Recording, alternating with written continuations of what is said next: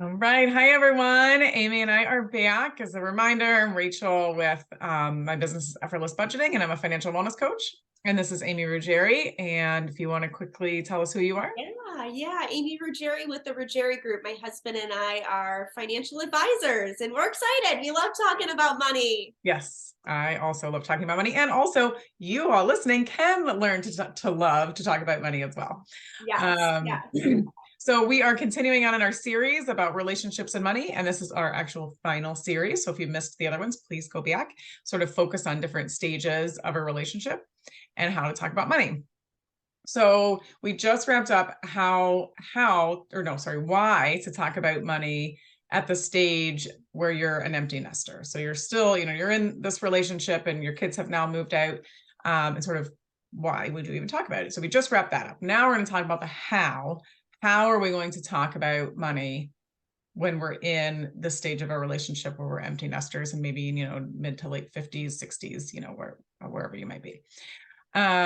So, we touched a lot on this in the last episode, but it's really focusing on what your shared goals are and your individual goals. We talked in the last episode, like it's very healthy to have individual goals when you're at this stage, but hopefully you have some shared goals as well.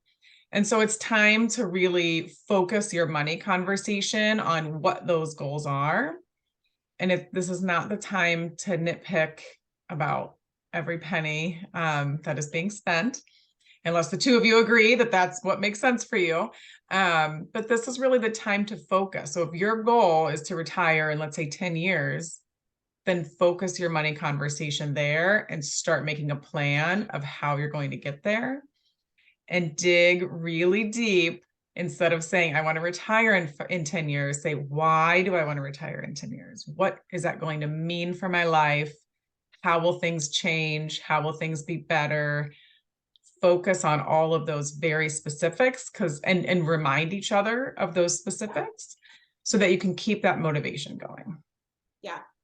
Yeah, and I was just thinking as you're talking there, Rachel, milestones in general in our lives are really a great time to sit back down and say, put it all on a piece of paper. Mm-hmm.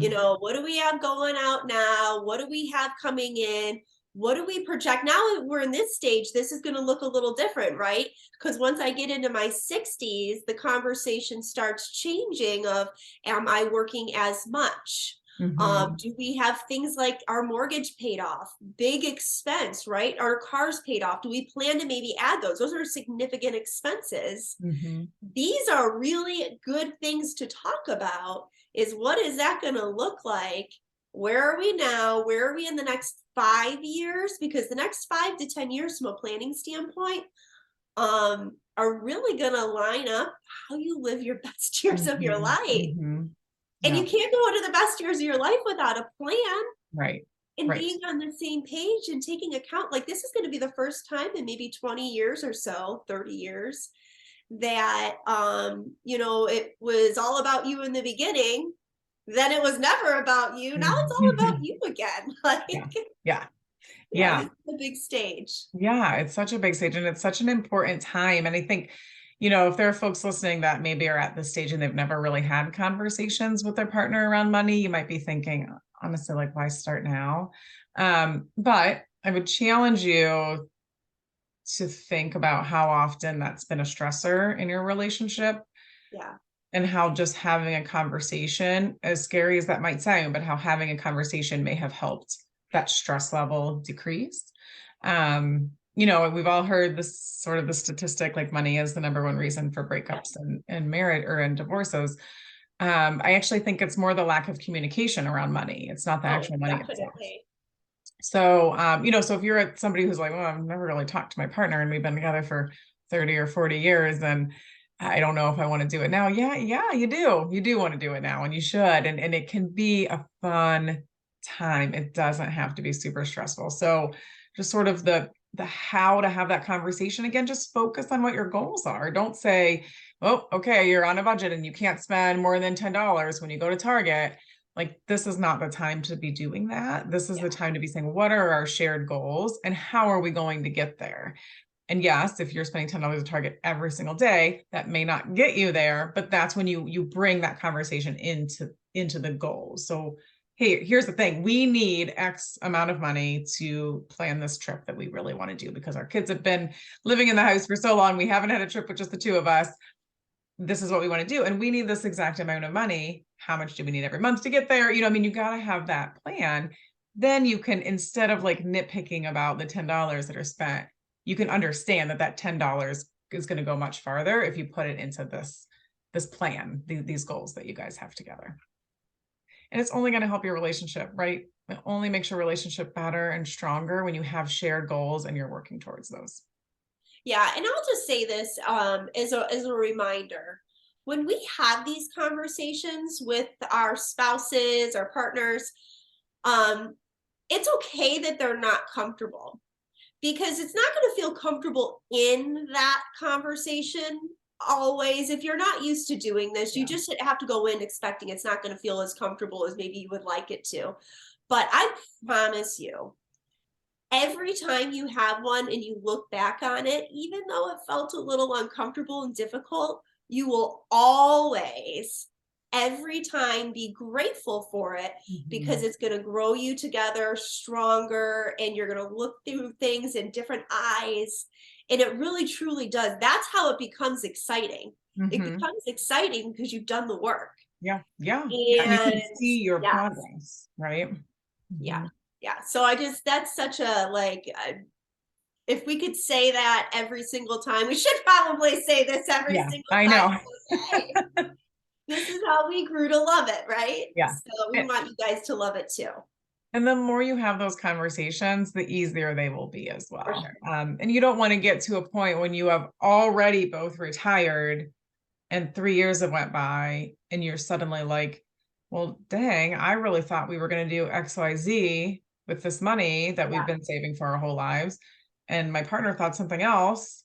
And then it might be too late to have that conversation around like having those goals, so have those goals now. I don't want to say it's too late, because I don't want to discourage anybody that's at that place. Like, please always have these conversations. Well, it's going to be a little bit more of a challenge, maybe. There's going to be more work involved the longer you wait. And in all reality, it will at some point be too late to buy your dream home or to go on your dream vacation, or there will be a point when you can't do that any longer. So have those conversations, and again, focus them on what your goals are. These are your fantastic years of your life where you have more freedom. You probably have more money, maybe not after you retire, but while you're still working and your kids are gone, that's when it's time to figure out, what are your goals? Do you want to have more money in retirement, or do you want to spend more of it now? It doesn't really matter, honestly. I'm not here to tell you where you should spend your money. I just want to help people feel good about where they are spending their money. And so this is just such an exciting time to have goals and be able to focus on you and your partner and your relationship together. So as long as when you're having those conversations, you're really focused on the goals, and obviously your love for one another. So again, nitpicking is not going to be the best way to reach those goals. It's going to be really just focusing on, why do we want these goals? Why are these important to us? And how do we get there? What's our plan? Yeah.